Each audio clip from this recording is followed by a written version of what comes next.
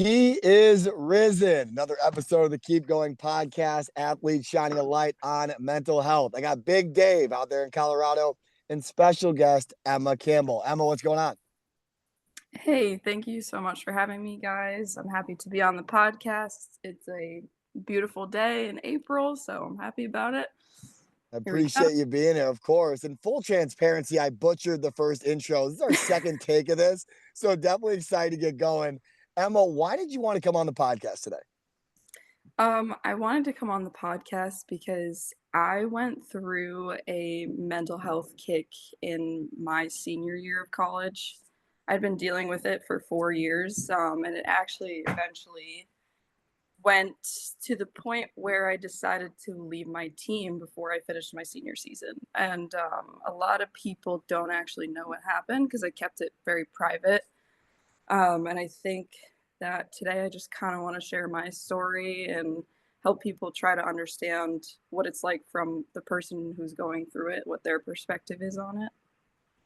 Which is refreshing. We're obviously honored and blessed to have you on the platform and share that. I know, and Dave knows this too. We have a lot of athletes, a lot of impressionable coaches even that listen. So we're going to kind of give you the floor. Talk about how you started playing softball and kind of build your way up. Yeah, so I don't even remember when I started playing. I think it was something close to like 17 years of it was my life. And it's still part of my life, which is good. But when I was little, I was always like, I started at T-ball, and my parents told me that that was a huge mistake. Like, Oh it my was just goodness. brutal. They said it was brutal, but it went fine for me. But I always was playing with the older kids, and that was part of my journey, was always testing myself and challenging myself at a young age and playing with kids older than me. And I played travel. My dad started a program for a couple years. My sister played with me for a long time because her and I are only about 3 years apart. So it was nice to play with her. And then she was a catcher, I was a pitcher, and like, all that fun stuff. Oh yeah. Oh yeah. Um, then I kind of progressed and started to get older and wanted to do my recruiting process. So my dad stopped doing his travel program, and I went into a local program, tried to get recruited with them, and kind of made the realization that recruiting now is not what it was 10 years ago, first of Yeah. all. Tell me about it. Tell me about it. Yeah. Oh my gosh, just using Twitter as a platform and tagging coaches with video highlights, and like at that, you had to send an email and just hope to God that they would email you Respond. back, Oh yeah. right? No doubt. So, or like just be like, hey, here's my schedule, and maybe they'll show up.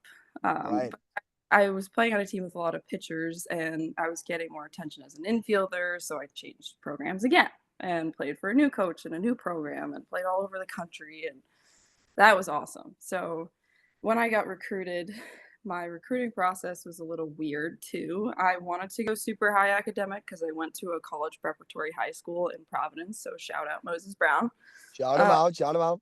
Shout out Moses Brown. So I went there and I wanted to go Ivy or like NESCAC, and I actually, was close to making a decision between a NESCAC school and Stony Brook. And I ultimately went to Stony Brook because I don't know, I just was on the campus and something about it made me want to go there. So, Of course. so I ended up going there, and it was good, or I was excited about it. Um, but I'd never been away from home, and I think that that was my first click that like went through my mental process of, I think the first thing that nobody ever talks about is like, if you're a homebody and you go away from home, how does that affect you? So that was my Right. first mental challenge in college, is getting used to not being around my family or not having access to that like as much as I wanted. So I was battling myself with that. And that was like a month into school, not even. And for That our was my whole audience, freshman Emma, year. not to cut you off, for our audience though, how far away from home was that? So it was a ferry ride. Yes. It was about a 4 hour trip to get home. So Got it. I'm from Rhode Island, and I went to school on Long Island. So it wasn't too far. I had easy access. Also, excuse my computer. It sounds like it's gonna fly off to space if you can hear it. But You're all good. Can't hear it. You're good. but yeah, that was my first challenge. And freshman year was weird too because we had to be in triples and we couldn't live with our teammates, and so I was in a triple, and it was just brutal. I got to ask you this too, Dave. I know you're probably thinking this. You obviously were only an hour or so away from home, and then you went further as you went through your college career. How Right. did you deal with that? How did you deal with the distance? How did you deal with being away from your family? And Emma, you could ask that. I should say you should answer that, and then David as well. Yeah. Um, I didn't deal with it good, to be honest. Like, and I think that that's part of the issue with a lot of people who go through it is they don't know how to deal with it, and I had no idea how to deal with it. I relied on my phone like as much as I could to like be on phone calls with them every night and you know get on FaceTime videos. And my parents were awesome to try to get down here as much as they could, but like there's not much you really can do about it. That's the hard part, and I think that that's like really hard for freshmen because you're also trying to meet friends and make new friends. And until you got to that point, like when I got lucky enough that I connected really quickly with one of the other freshmen, so who's now my best friend and will always be my best friend because of it. But she's, someone that you can talk to about anything. And I appreciate her for that. But that worked for me. Like if I didn't have that, I don't know what I would have done. So. Exactly. And Dave, out in Barberville, man, how did you kind of deal with that too? You were in the middle of nowhere, man, when you were out there too. Yeah, I think it helped for me myself with the transition of I knew a couple of guys that were going down there, and I already went through, I think the hardest stage for me was at my second school that was 4 hours away. My first school was 1 hour away, and my second school was 4 hours away, which I wasn't really able to get home too often like Right. yourself. Um, but I think I relied really on my roommates, my teammates, just talking to them. I think it's important to do something outside of your sport as well when you get there. Because for myself, I was really mentally hard as a baseball player, dealing with failure, like dealing with, am I enough? Can I play at this level? And I'm far away from home, so I'm not really close to any of my close coaches. Shout out Coach Peterson or my Oh yeah. parents. Oh yeah. Um, so that was a tough transition, but I would say if anyone is going through that process, um, just try to get close with someone on the team and step away from the game a little bit as well, I is agree. important for the I transition. agree. And Emma, I guess for you personally going through that, you said you could have handled it better at times. Use your Yeah. friends, use your family, right? What are some healthy things that you did or wish you would have done better back then? I think like for me, like now something that I love to do is like go for walks or Yeah. just be outside. Like just little things like that, change of perspective, change of your environment, go for a drive. Like getting away from the environment helps you, or changing it up as much as you can. So getting off campus if you can, which I know it's hard for freshmen because you don't have a car, Of right? course. But Of course. but if you have the ability to get with someone that's a little older and have her take you off campus for a couple hours just to like decompress and not be around where you are 24/7. Because think about it, like my dorm room for me was a place to sleep. That was it. Right. You know, Mhm. like some Right. people, it's a different environment for them, but for us, it's like 9 a.m., go to class, 12 o'clock, grab lunch for 5 minutes, bring it to the locker room, eat. Then you go to practice for 4 hours and you have lift. And then by the time it's like 8:30, you're in your dorm room. So if you're in that environment all the time, like it gets brutal. And which leads me into like we had COVID that Yep. That happened. that adds on too. Yep. So it's just, yeah, I think my advice for anybody going through it now, get away from your environment if you can, try to change up your environment. Do some things that you've maybe never done before. Like I love art, and it's not that I've never done it before, but I didn't spend a lot of time on it.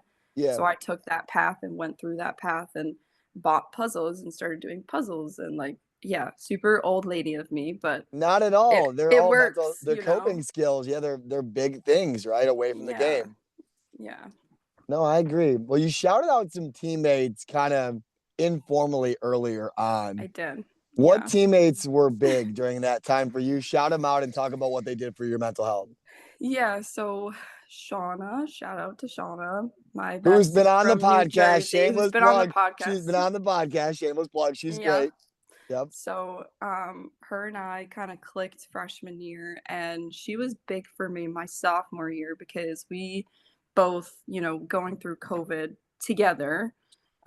We actually didn't live in the same room the fall of COVID.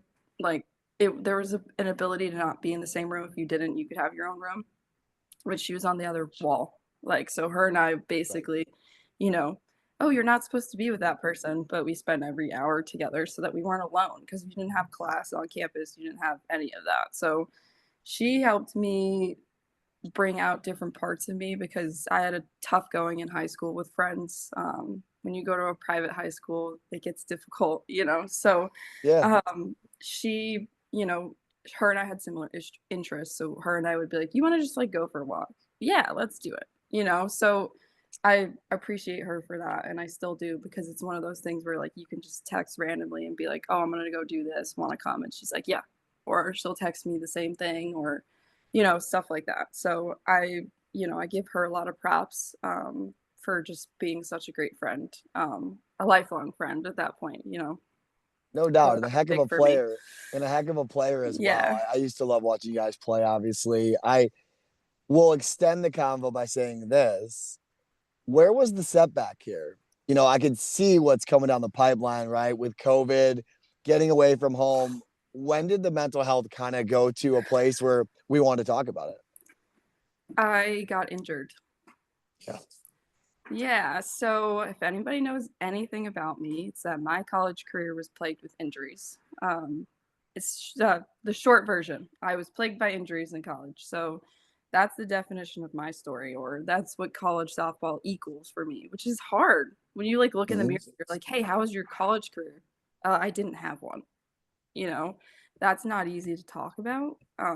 Like, I think it still gets me like choked up to this day because I just, a lot of people don't realize how much you want to do something in college, and then when you get there and it's not everything that you dreamed it was, like, that's a hard look in the mirror. And that's where mental health came. That's where I started struggling with it because softball was, I expected it to be what it had been, and it was not anything like it at all, regardless of before the injury. Like, practices, the games, the teammates, it was hard.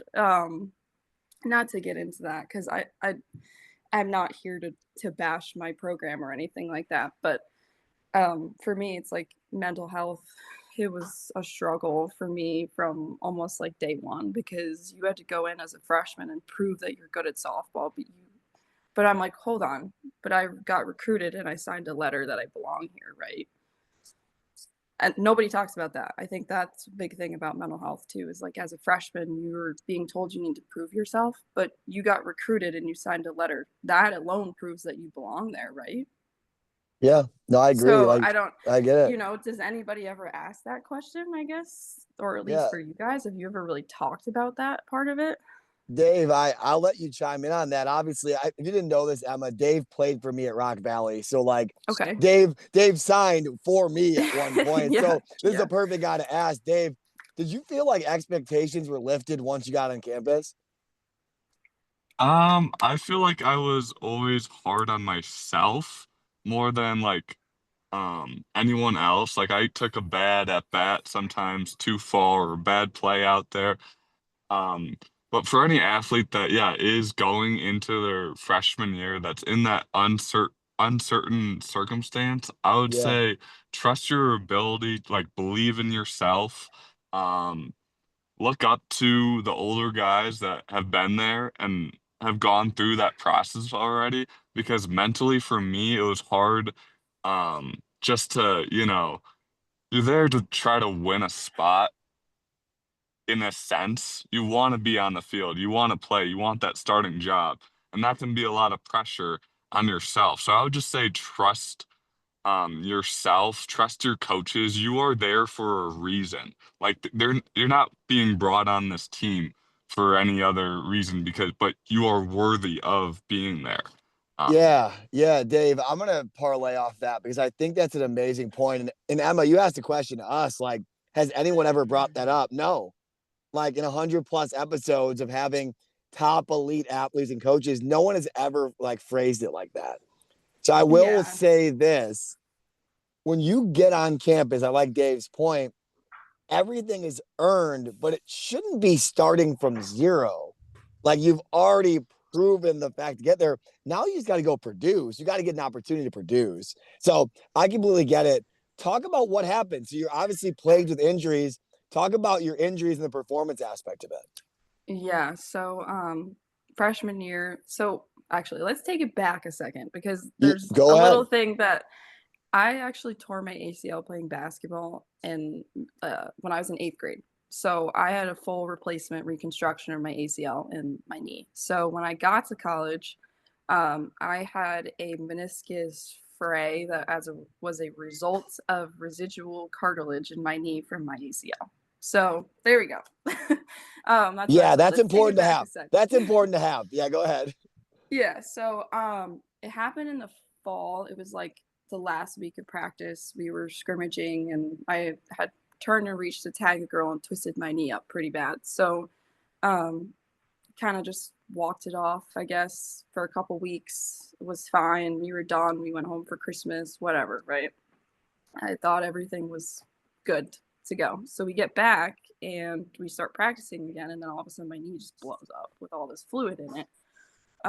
So I went through this process of trying to figure out what was wrong, but it took a solid month and a half to figure out what the problem was, which for us, at the Division I level, you start, second, middle of January, and then your games start first week of, February, or like second February. So that month and a half was not a good time for me because that's all preseason and your first 2 weeks of preseason games, where I was told that I couldn't participate by my trainer because of the amount of fluid or like my inability to bend my knee, essentially. So I was battling with that because I didn't know what was wrong, and I was frustrated because we couldn't figure out what was wrong.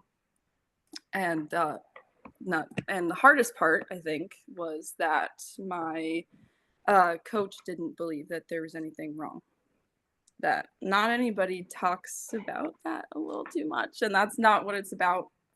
Not about that. I don't want to talk about my coach or anything, but as a freshman, you're trying to earn a spot. You're trying to, you belong there, but you're also trying to prove to your coach, but not only your coach, but all the seniors, right, that you belong on that team or that you have a role. And for me, it's like I couldn't prove it because I couldn't do anything, or I was on the sidelines and there was very little that I was allowed to do. And then you have a coach that didn't believe that you were injured. So that was kind of the first thing that happened to me, and it kind of just all spiraled from there. Yeah, it's a trust issue, right? It's something where like we talk about, Dave said it a second ago, like trust your coaches, but like they have to also trust in you, right? It's a two-way street. How did you deal with that, and how did it kind of, I don't know, domino affect the rest of your career? Before you answer that, Yeah. I gotta jump out. I gotta go to work. Dave, thank you for coming love on. You, brother. Appreciate love you, Dave. it. Thanks, Dave. Nice love to meet Dave. you. Go ahead. Yeah, Evan. likewise. Happy Easter, brother.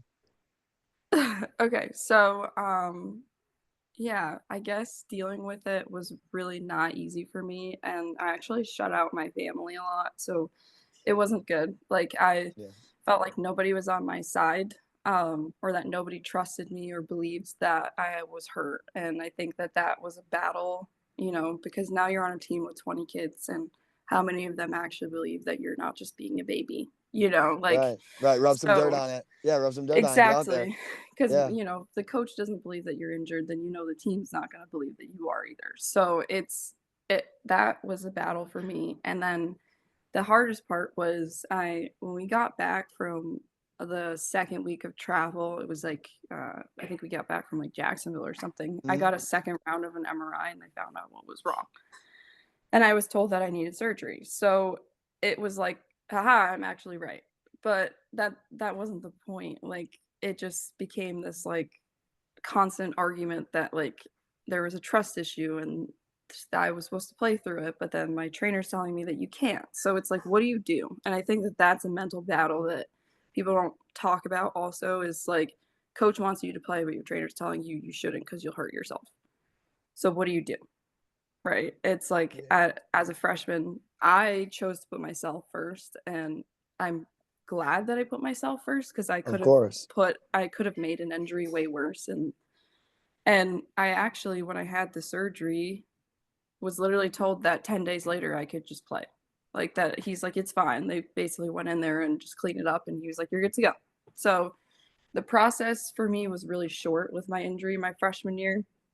And I'm glad I didn't push it because I could have ended up with a tear, which would have been a 3.5 month setback, but what turned into about a month, And then day one of me getting back to practice, I'm all excited. We're walking down to the field, and it's like, hey, COVID. Boom, right, Oh right man. there. So, Yes. and then that all happened, and it was like, oh my gosh, that was nuts. Yeah, That's I a whole was I nother. was coaching in college during that time, and yeah, it was a complete shutdown of everything that you worked towards and all the hard rehab and getting Exactly. back, and you're finally getting to live this dream, and all of a sudden it's a fraction of what it was. During the COVID time, obviously you're getting back healthy.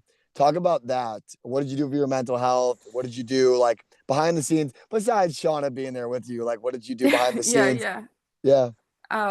Well, we were like when I was at home for COVID, like I could do anything that I wanted to do essentially that I was outside. So I spent every waking second possible being outside just because that was what was told was healthy for Yeah, you, of course, at that time. We were all guessing So at that at time. that Yeah, yeah. time, but like I couldn't go to a gym. I couldn't like do any of that. So it was hard for me to like rebuild my strength, I guess, to get to that point. And like I was never into lifting. That's just not a thing for me. And that alone was like not a good thing, I guess. Or some people look at it as not a good thing, but like Right, right.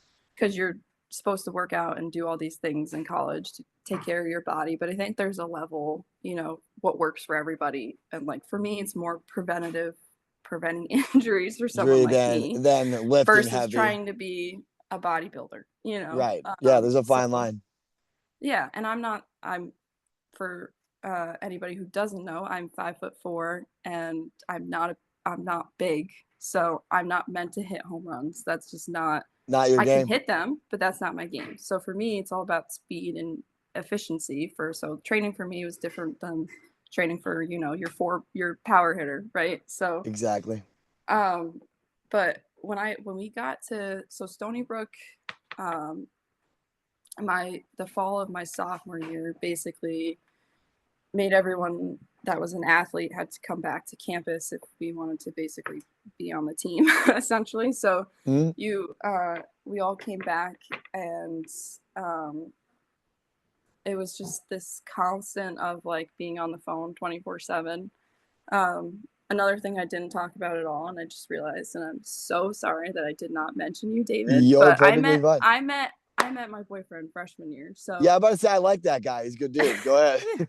yeah, so sorry, David, when you listen to this, I apologize for not mentioning you. But so I met him freshman year, and he transferred after his freshman year. So my sophomore year was literally spent with me sitting in my room on FaceTime 24/7. So Yeah. I think that like I didn't do a lot of things outside of my room. So that was something I didn't do well. Like how I had mentioned, like, hey, it would be great for your mental health to get out of your environment. Well, the fall of my sophomore year with COVID, I didn't do that at all. So there goes another set of like round of like just being down in the dumps all the time because I And didn't leave beating my yourself environment. up. Yeah, you're beating Yeah. yourself up. Yeah. I didn't do anything to help myself there, and like the only time I exited my dorm room was to go to practice. So it was like I don't know. It was just this constant cycle that didn't change for me. I was borderline going insane, Yeah. Yeah. doing the same thing over and over again, expecting a different result, and I didn't.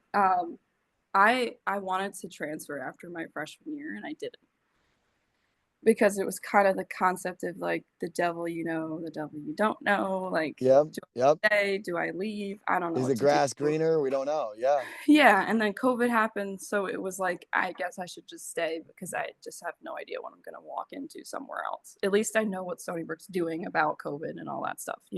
Right. Uh, and like the D3s didn't have that season the second time around. The D1s did, the Ivies did it, like all kinds. It was just so weird. But A lot of so question I marks during that stayed. time.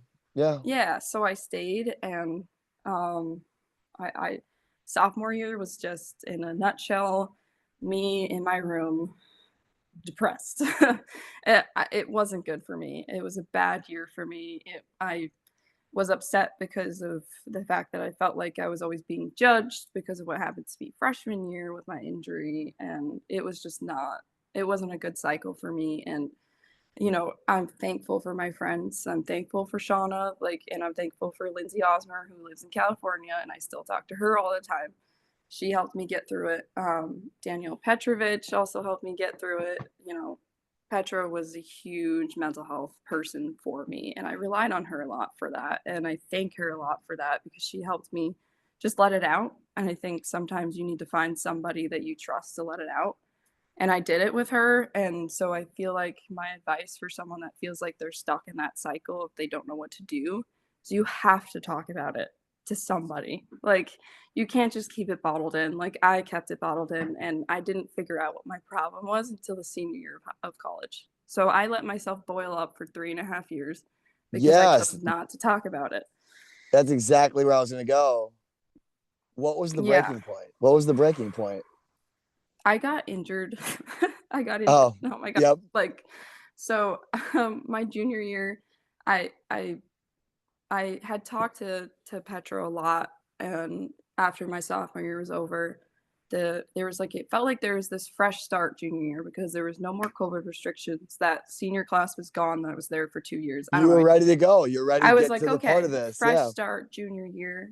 Fall was tough because I haven't played, so I was still trying to earn my spot in the fall. But that was a battle. Got through it. I started studying marine science, which is what I got my major in, and I was doing these classes that just made me love my life. So, like, another thing for my mental health was if you're studying something that you love, dive into that literally, because that saved me my junior year. I got to really start to do my classes for my major my junior year, and Stony Brook has a campus on the south side of Long Island. So the fall of my junior year was spent doing experimental classes where I was on a boat. And then I spent every Friday diving, like scuba diving, for Right. the whole fall semester. I played softball at Division 1 level, and every Friday I went scuba diving. So it can be Amazing. done. And I think Yes. another thing too is for kids that are still in the recruiting process talking about this, or when you get in freshman year, you don't know what you want to study. Study what you want to study. Do not let your sport change that for you, because I'm going to be honest, with all of us softball people, we know there isn't pros. We don't go pro. That's not, unless you play for an SEC team, you're not going to go pro. So, um, for someone like me who plays in a mid-major, my major was super important for me, and it saved me because it gave me that set of changing my environment. And I think that that's where things started to get better for me, was because I was getting off Stony Brook's campus, driving an hour to take classes somewhere else.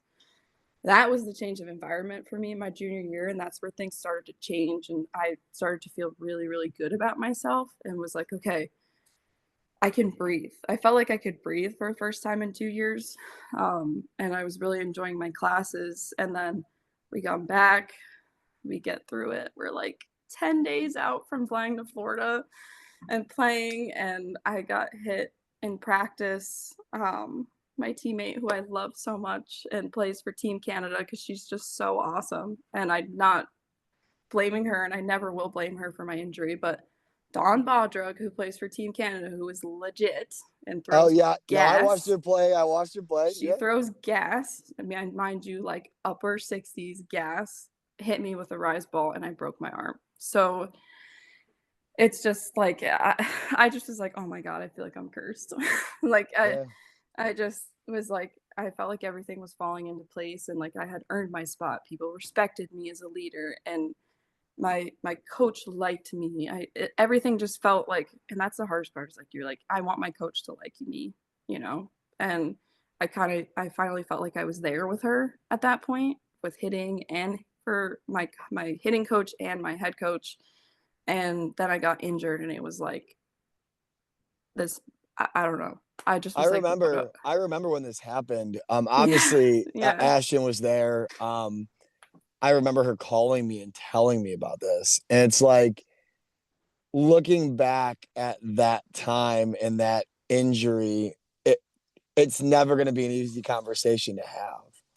No, And and I the know, I crazy know. part, yeah, the crazy part about it is like when I put into perspective that injury and then I compare it to what happened to my senior year, that was the easier one. Like, although it was a worse injury, can't even like. So I broke broke my ulna on my right arm, so completely snapped in half, completely snapped in half. So I had to have a surgery where they put a metal plate in that helps me grow my bone back because I couldn't be like I I could have been in a cast, but there's always this chance that it grows back and it grows back weird. Like so Right. Stony Brook thankfully has this amazing medical program, and that's something that I'm also thankful for, and I like give all fortune to because God forbid if I was going to get hurt, I didn't find like this couldn't have been a better school to get hurt at. Like just Yeah. weird, but like Which is weird say to that, say, but but it works. like Yeah. it worked that way. So I'm thankful that like they had a program, that took care of us as athletes. And I was at a school where if I got injured, I could have surgery the next day. Like it was like you could go and get injured and get fixed up as fast as possible. And that doesn't happen for everybody. Like No, you it's a might have to blessing in wait its own. weeks, Yeah. so that was a blessing, at the Division 1 level to have that. But so I broke my arm. I was like 10 days out from playing, finally playing, and I knew I was going to play too. And it's like after all those 2 years that I battled with like not playing and never getting a chance to prove yourself or being on the field, it's like it was devastating because I was like, oh my God, I can't believe this just happened to me. And then it's a 8-week recovery. Let's see where your bone growth is at. 8 weeks go by, and I find out that it's not growing back at all. Like it's just there. Like it's just still completely fractured. And I just so my what happened to was supposed to be like me losing, a month and a half of the season turned into me losing the entire season because my bone wasn't growing back. So it was like that was hard, and I got to be a part of the team in a good way, which I'm like thankful for. Like I didn't feel like I was shut out at all. That people still cared about me when I was injured my junior year, or like I had a role my junior year even though I was injured. But what happened my senior year is I felt like the complete opposite. I got injured. It was like, oh, she's injured again. There we go. So then I felt like I was just in a corner and like nobody paid attention to me when I was injured my senior year because it was like I became the girl that always gets hurt, so and there's always someone there's always someone on the team that always gets hurt, so um like I think from a mental health perspective for me, like when I got injured the first time, I still found a role for myself in the sport. And I think so if you're going through an injury, you should try to figure out what your new role is going to be while you're Yeah. injured, because Yeah. if you try to just like sit there and just accept the fact that you're injured and that you can't do anything, it's not the truth. Like there are things for you to do. Like I broke my right hand, so I couldn't my right arm. I also broke my right hand too, but Yeah. I broke my right arm my junior year, so I couldn't throw.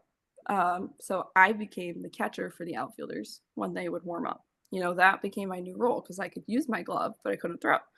So that's where I was at, and I got close with a lot of the outfielders. So then that's when I kind of built that new relationship with different people. I was an infielder, so I didn't have a relationship with the outfield. And then when I got injured, I had a relationship with the outfield, which is so backwards because like I'm supposed to be, part of But the you're with a infield. different positional group. And I was Yeah. with it was nice. It was refreshing. Like I got close with I got my best friend Shauna was an outfielder, so I was super close with her. I got really close with Jules Sanzone, love her. Of course. Love Jules Um, too. love Jules. Alyssa was a freshman that year. Mhm. So you know, and then like Ashton being a pitcher, always being around like that. Like we just kind of became a group, the five of us, and that was really nice. And it was good. Like I felt like I had a lot of support. I could change my environment.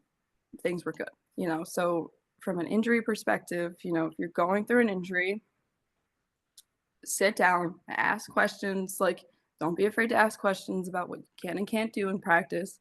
because a lot of people just, originally I just was like, well, I'm injured, I can't do anything, so I'm just gonna sit here. And then I was like, wait, that's not true. I have 2 legs and a whole other arm that's completely like I Perspective. can do anything, right?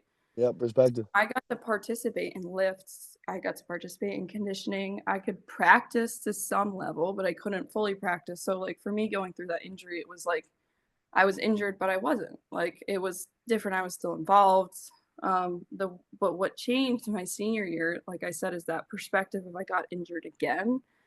And it was like um I went through the same thing as I did my junior year, but it was a lot harder. And my breaking point my senior year was that like I just felt like I was constantly being judged because I was injured and that nobody there obviously I had my group of friends like that group of 5, the 5 of us, and I'm thankful for that and will always be thankful for that. But it was like I just felt like nobody could look at me or have respect for me because I was injured. And it just like, and then when I got cleared from my injury, it was like I didn't exist. I don't know.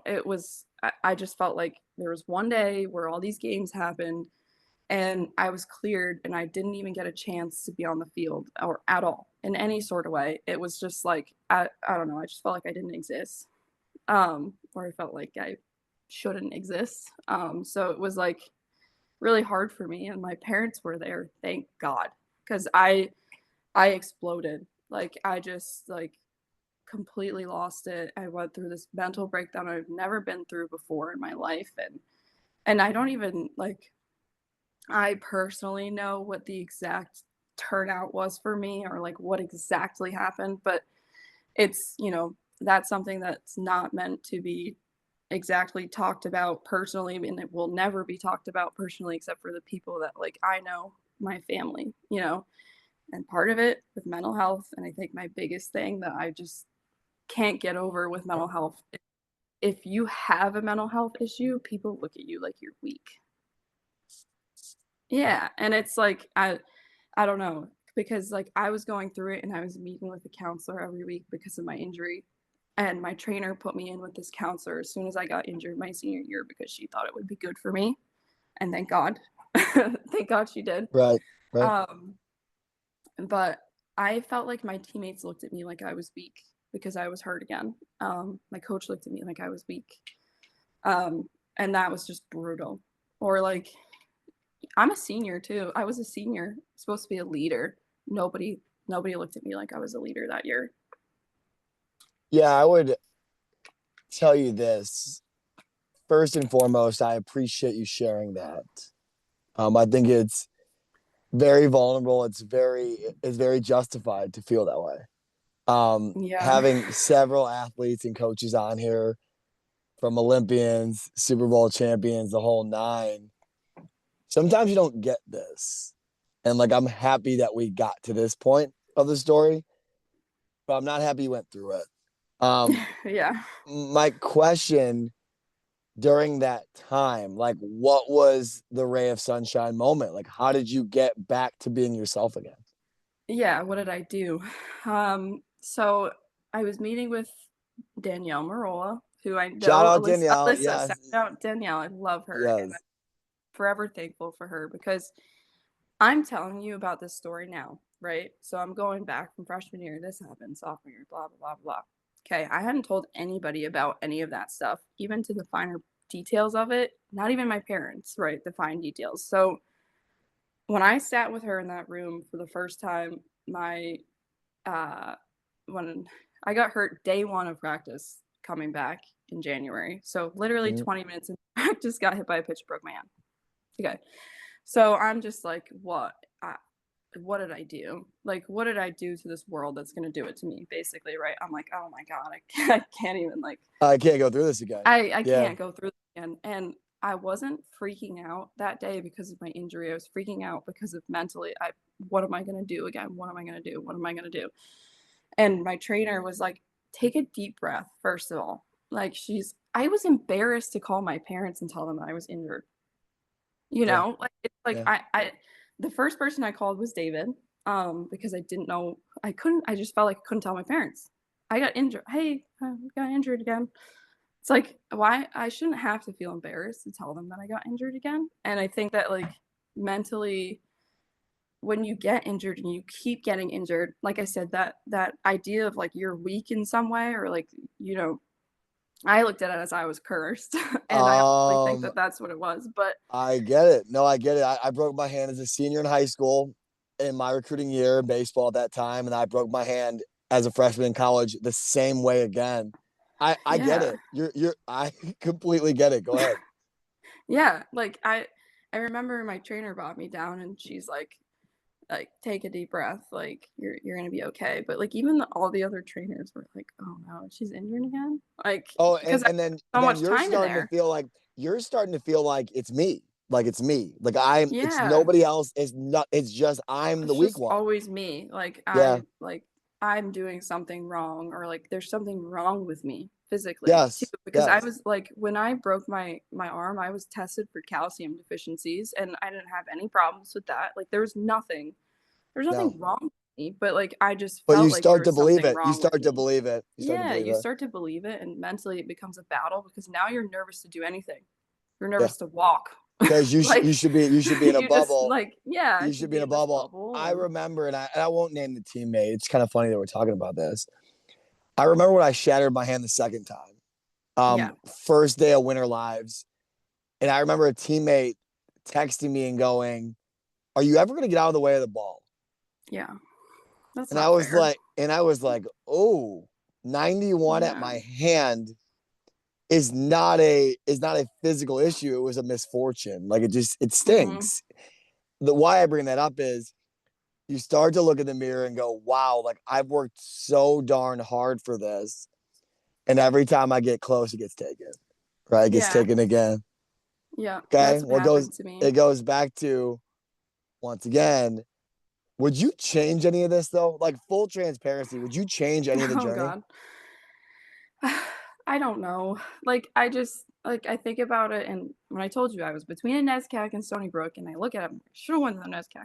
I wouldn't have gotten hurt. Okay, but I would have met David. I would have met Shauna. I would have met Uh-huh. Ashton.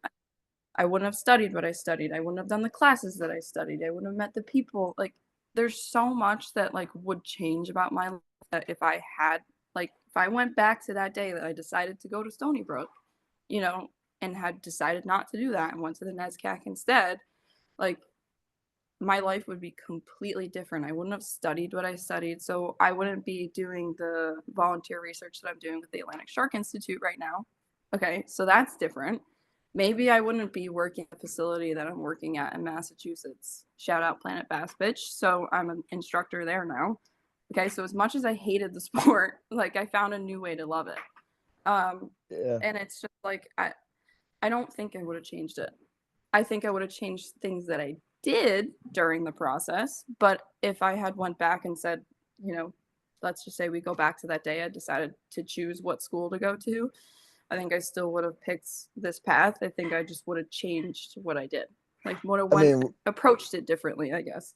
we all don't want the pain part of it, but I think Yeah. it makes us who we are. I think I look back at my process and I've been open and intimate about it on this podcast. Like, if I don't get into college coaching, I never meet Ashton. If I never get into college coaching, I never get Yeah. my full time job.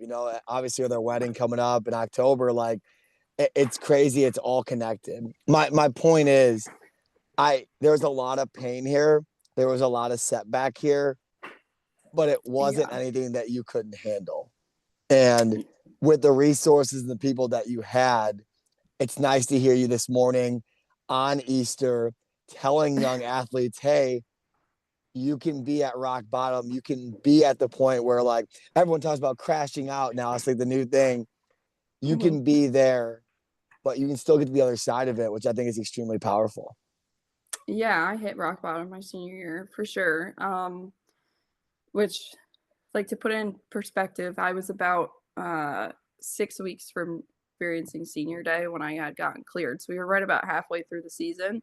I chose not to have any of that happen. I chose to end my sport. Like that's you're supposed to get to senior day and have the sport be ended for you, but like I chose to end it and the hardest part about it was I kept it a secret because I didn't want anybody to know. I didn't think anybody deserved to know except for me and the people who were close to me. And there are a few select Rightfully people. so. Rightfully There's a so. few select people that know the finer details of what went on, for 4 years and where my breaking point was. And I appreciate them because those 5 people changed my life, in college, and they made things different here. They helped me get through it, even when I was at rock bottom, and even they didn't know I was at rock bottom until I hit it, Yeah, so, of course.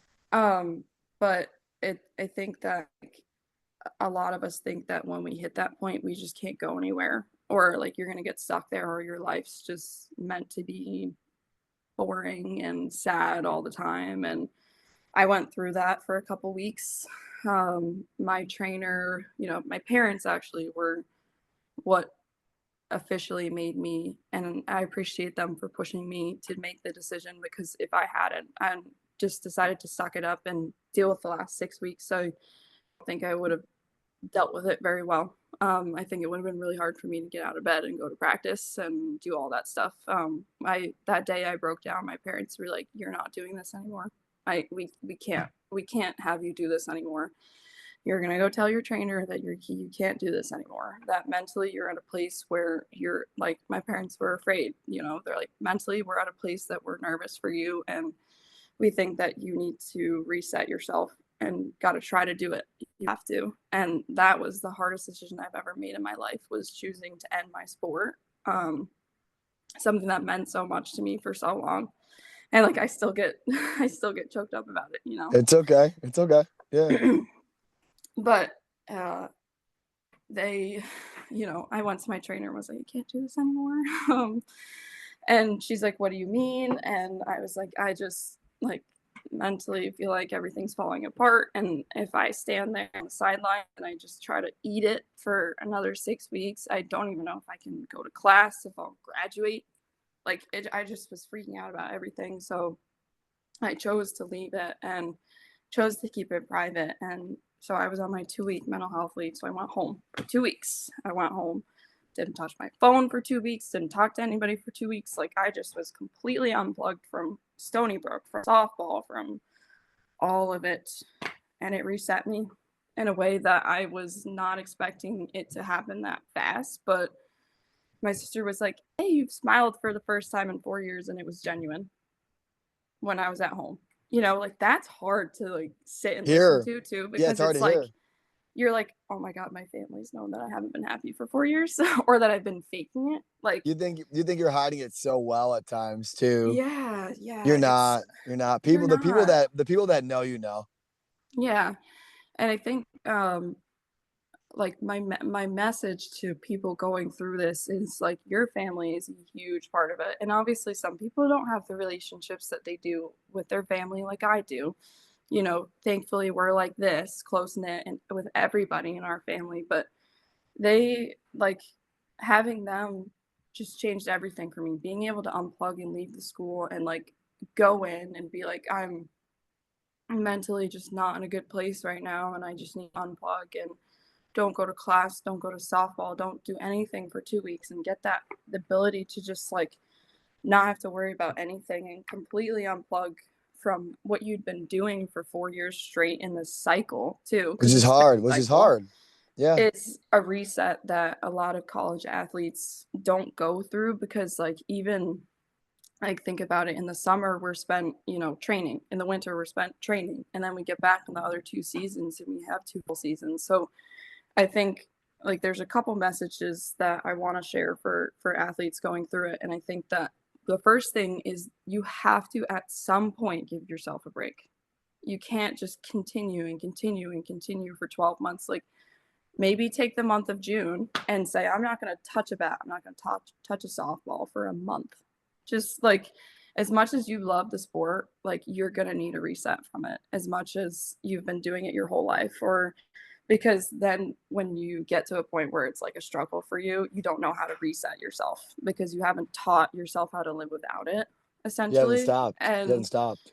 yeah, and I think that if you can teach yourself for, and I'm talking about literally a month, I think we can do that, right? We can do that. Right. We can Right. unplug for a month out of 12 months a year from our sport and find a way to live without it, so that when you're struggling in school and there's something going on that's really bothering you and you still have to go through softball every day, you have to go through your sport every day, but at least you know how to unplug from it even though you're still stuck in it. Like, it's Yeah. just I didn't teach myself how to do that, and I struggled with being able to reset it.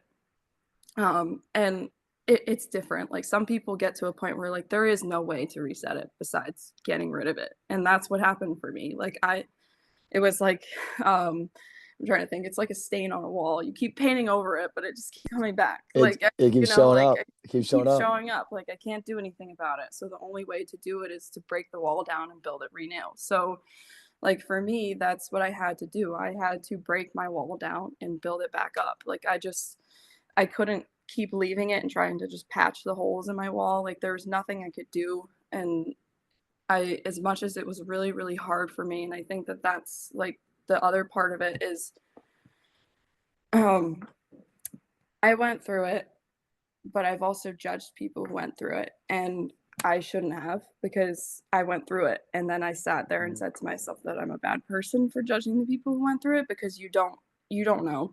You don't do know. not know what they're going through. No. You don't. No. And you can't judge them for it. And I think that, like, for me, when I went through it my senior year, it's like, oh, what do you mean Emma's going through mental health issues? She's always so happy. She's, yeah, she's injured, but like, whatever. But then I was getting text messages from people when I decided to unplug for 2 weeks, basically, of like, how could you do this to us?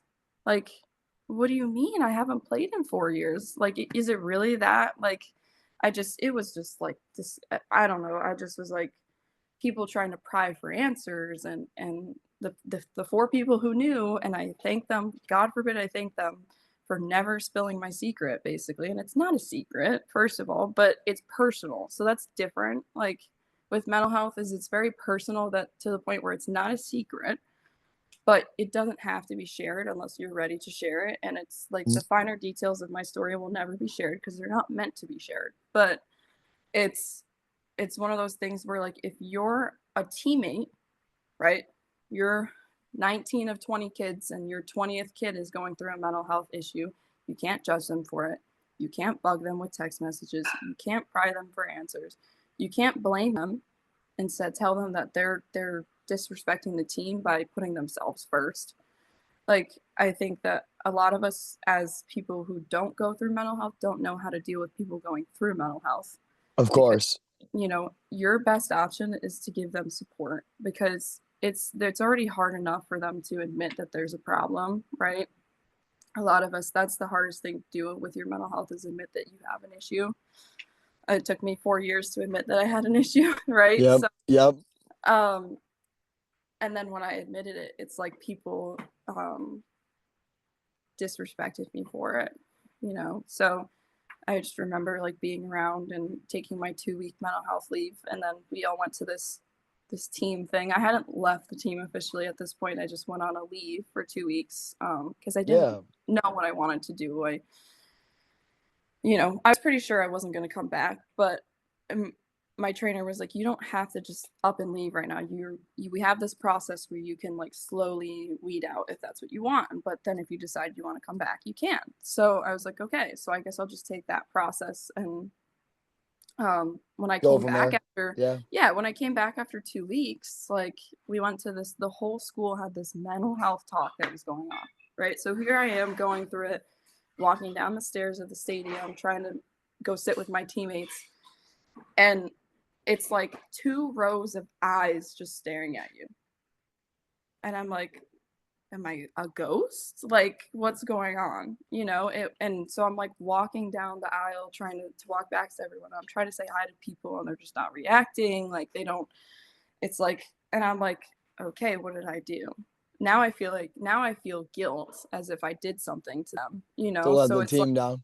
Yeah. Yeah. And it's like, you're going through it enough already, and then to have your teammates not even support you through it. Granted, like I said, doesn't include those people that I talked about, right? Because they're different. But the rest of them, it's like you're just trying to like walk through and be like, hey, for the first time in 2 weeks, and they just won't even look at you, or like they're just choosing to ignore you. That's why I said, what am I, a ghost? I felt like a Yeah. ghost at that point, and that was really hard because I'm like, well, if I go back now, I can't go back now. Like it's like they don't respect me anymore. I don't exist to them. And like I decided to officially leave because I was happy without the sport, as much as it pained me and I cried over it every single night that my sport was ended in a way I had never imagined it would be. Yeah. Right. I imagined it would be like going out with hitting a cycle on your last softball game ever or whatever, right? We all dream. We all dream of We that. all Yeah. dream that that's what the last day, the last tournament game for you is going to be, you winning a championship or making some crazy play or hitting a walk off. Like we all imagine that that's what it's going to be growing up, but it's not. For 99% of us, that's not how it ends, No. So choosing to end my sport actually gave me control over it, though. Like when I look back at it, and I had been meeting with Danielle at this point, mental health, right, seems like it's a bad thing, but it's not. Second, by me choosing to leave the sport at that point, actually gave me control of the end of my story. Instead of letting someone else choose how it ended for me, I got to control how it ended.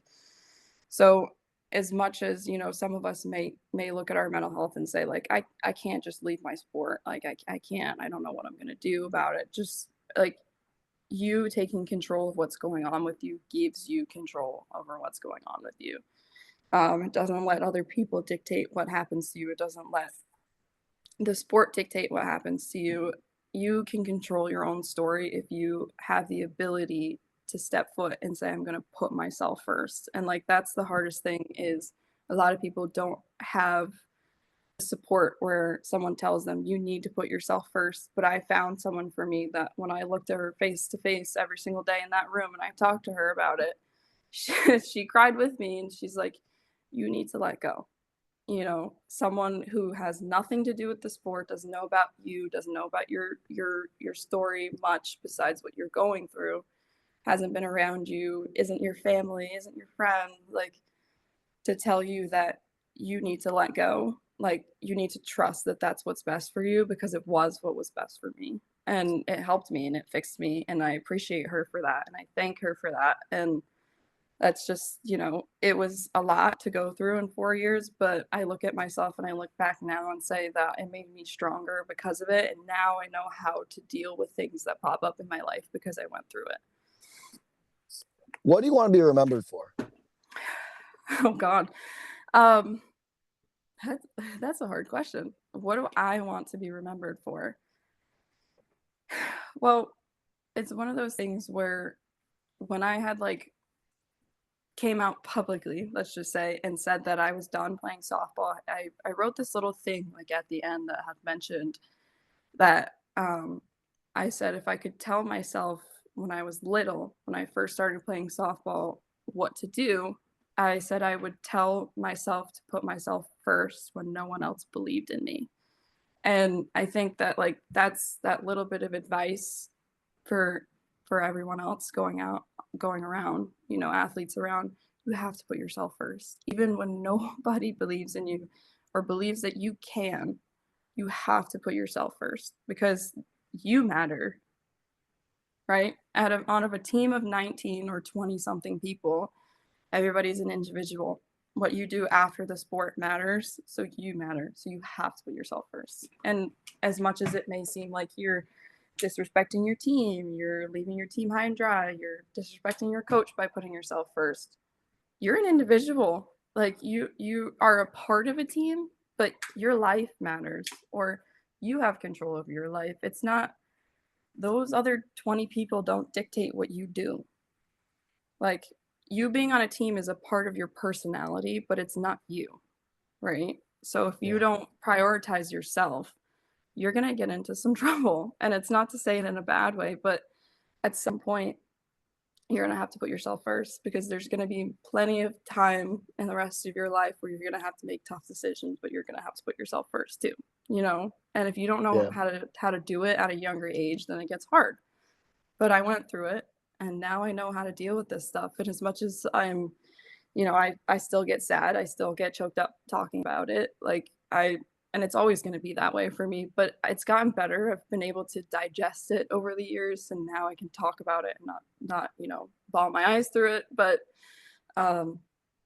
yeah, I think when I talk about being remembered for my strength through the situation, and being proud of myself for not letting all those things, like all those judgmental things of me going through my mental health, like all the teammates telling you that you're not putting the team first, or you're disrespecting the team, leaving us high and dry, like all that. Like that's through all of that, through my injury, through how my coach treated me, through how my teammates treated me.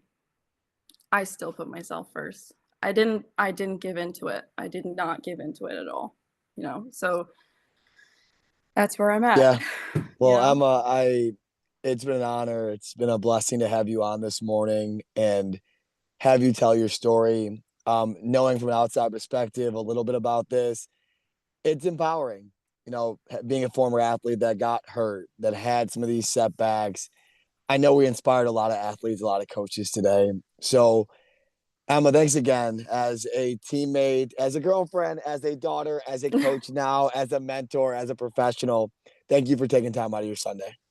Thank you so much for listening to me. And it's been something I've always wanted to share, or know that I can help other people going through it. And I want to, that's where I'm at now. I care about it a lot, which is why I'm back into coaching, because I want to kids get through No it. doubt. No doubt. So, I have a lot of young softball players in my facility that will be very impacted.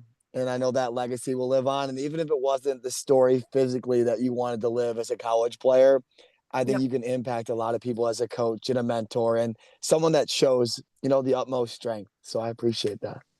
Well, thank you again, Pat. And thanks to Dave too, even though he's not here anymore, but that guy kills me. It's so funny with a day like today. The guy's working on Easter, he's always looking to make impact. So shout out Dave, and shout out your David as well, by the way. I know we talked about him earlier. It's always your team that lifts you up during these times. You always have a team in us. If you want to reach out to Emma, she's so super bubbly. She'll answer anything. Thank you so much for your time today. Thank you, Pat. Always keep going. Thanks for the time. Appreciate you guys.